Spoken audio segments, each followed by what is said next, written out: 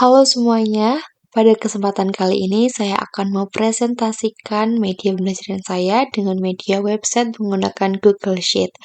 Judul dari website ini adalah untuk membangun profesionalisme melalui pengelolaan sumber daya manusia di perkantoran. Website ini dibuat untuk membuat mahasiswa ataupun siswa lebih paham tentang sumber daya manusia dan juga dapat menerapkannya di lingkungan kerja.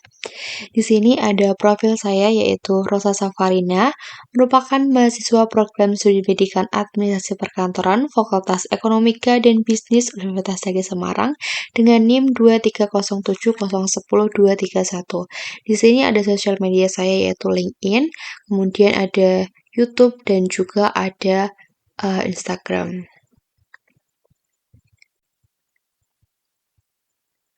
Baik, kita kembali pada bagian website, yaitu kita bisa klik bagian home. Nah, pada bagian home ini akan muncul home yang akan kembali kepada halaman muka, kemudian ada tujuan, ada materi, ada asesmen, ada video, dan juga ada evaluasi. Yang pertama adalah kita akan masuk pada bagian tujuan, yaitu yang mencakup capaian pembelajaran, tujuan pembelajaran, atau tujuan pembelajaran. Tentunya adalah untuk memahami supaya peserta didik pada fase F ini dapat memahami mengenai peraturan tenaga kerjaan, prosedur administrasi, kemudian ada rekrutmen, pengembangan, dan juga penilaian kinerja karyawan. Kita kembali pada halaman home, yaitu kita lanjut pada bagian materi.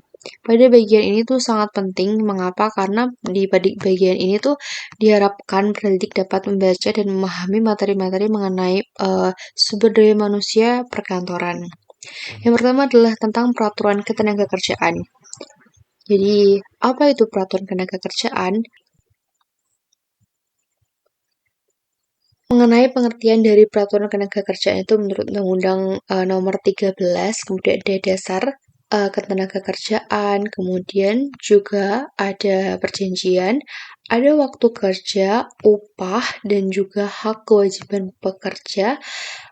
Kemudian ada contoh studi kasus nyata yang dapat dibaca oleh peserta didik tentunya adalah untuk memahami studi langsung ketika mereka menjalankan peraturan tenaga kerja itu di lingkungan kerja.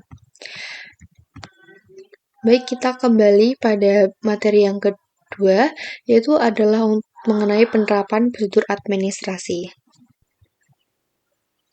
Pada bagian ini ada pengantar yang tentunya adalah yang untuk mengetahui bahwa administrasi itu sangat penting dalam mencapai tujuan dari organisasi. Ada pengertian, ada tahapan, ada tahapan tentang tujuan perencanaan tenaga kerjaan, analisis jabatan, perencanaan kebutuhan sumber daya manusia, pengembangan, penilaian kinerja, kompensasi, penyusunan anggaran. Kemudian ada dokumen yang dibutuhkan dan juga kesimpulan. Next, kita ke materi yang ketiga yaitu adalah modul ajar mengenai pengembangan sumber daya manusia. Jadi perlu diketahui bahwa sumber daya manusia itu memang perlu dikembangkan untuk mengetahui di mana segi efektif dan tidak efektifnya untuk menunjang suatu perusahaan dalam mencapai tujuan yang lebih baik. Di sini ada bagian pengantar, yaitu adalah untuk mengetahui bahwa organisasi memang perlu melakukan pengembangan sumber daya manusia secara berkelanjutan. Kemudian ada pengertian dari sumber daya manusia itu sendiri. Kemudian ada tujuan pengembangan sumber daya manusia. Kemudian ada manfaat, yaitu baik bagi organisasi dan juga bagi pegawai. Ada jenis dan bentuknya, yaitu yang pertama adalah pelatihan, yang kedua adalah pendidikan dan juga pengembangan development. Kemudian ada prinsip pengembangan sumber daya manusia, tahapan proses pengembangan sumber daya manusia, hambatan implementasi dan juga kesimpulan. Baik, kita lanjut pada bagian yang keempat, yaitu adalah proses rekrutmen sumber daya manusia.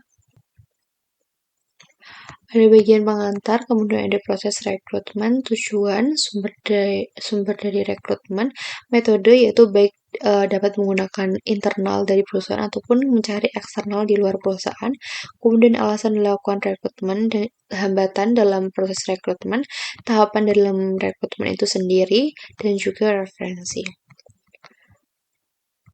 Baik, kita kembali pada bagian materi, yaitu tentang materi yang kelima tentang penilaian kinerja.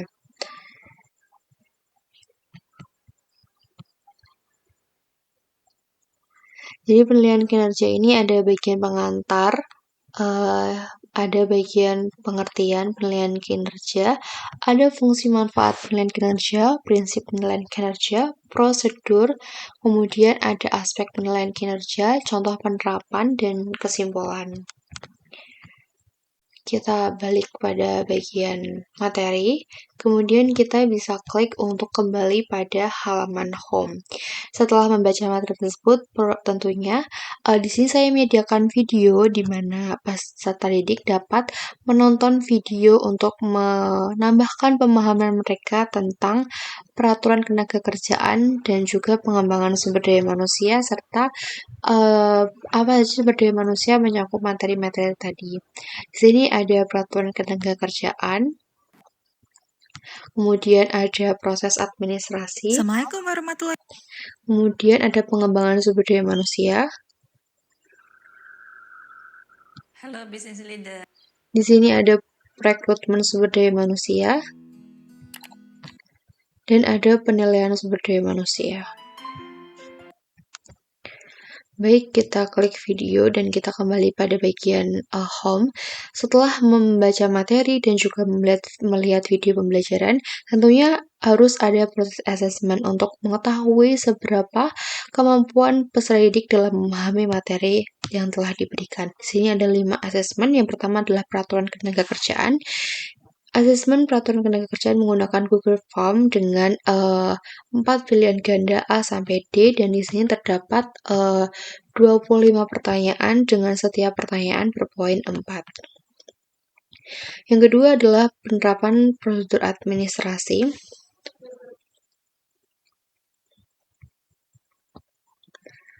Baik, di sini bisa diklik start. Kemudian bisa berjalan dan bisa diklik pada bagian assessment question. Di sini ada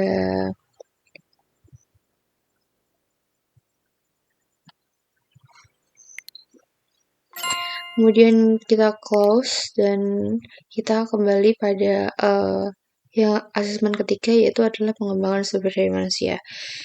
Asesmen ketiga ini menggunakan why group atau mungkin quizzes yang bisa diakses kapan saja. Di sini saya sudah mengerjakan beberapa soal, jadi langsung lanjut pada soal berikutnya. Bisa diklik kemudian di submit dan bisa lanjut sampai menyelesaikan 20 soal. Baik, lanjut pada yang keempat adalah rekrutmen sumber daya manusia. Di sini saya menggunakan EduPlay, yaitu menggunakan pasangan atau memasangkan adalah satu pernyataan dengan pernyataan lainnya.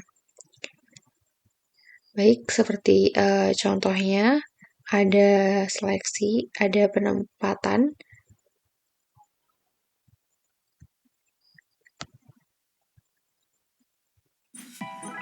seperti ini. Baik, kita lanjut ke asesmen yang kelima adalah penilaian kinerja. Di sini saya menggunakan Google Form, tapi bedanya dengan perencanaan peraturan ketenaga kerjaan, yaitu di sini menggunakan pernyataan iya dan juga tidak untuk pertanyaan yang diberikan. Nah, kita balik ke halaman muka, yaitu pada bagian evaluasi. Jadi ketika mungkin setelah mereka membaca materi, mengerjakan asesmen, dan juga menonton video, mereka bisa melakukan penilaian asesmen untuk website ini. Jadi website ini ada bagian evaluasi itu saya dapat mengetahui apa kekurangan dari media pembelajaran website yang telah saya buat dan saya dapat memperbaikinya, atau mereka dapat memberikan penilaian apakah website ini cukup berfungsi ataupun masih perlu diperbaiki. Baik, demikian tadi merupakan presentasi tentang media pembelajaran berbasis website dengan Google Sheet.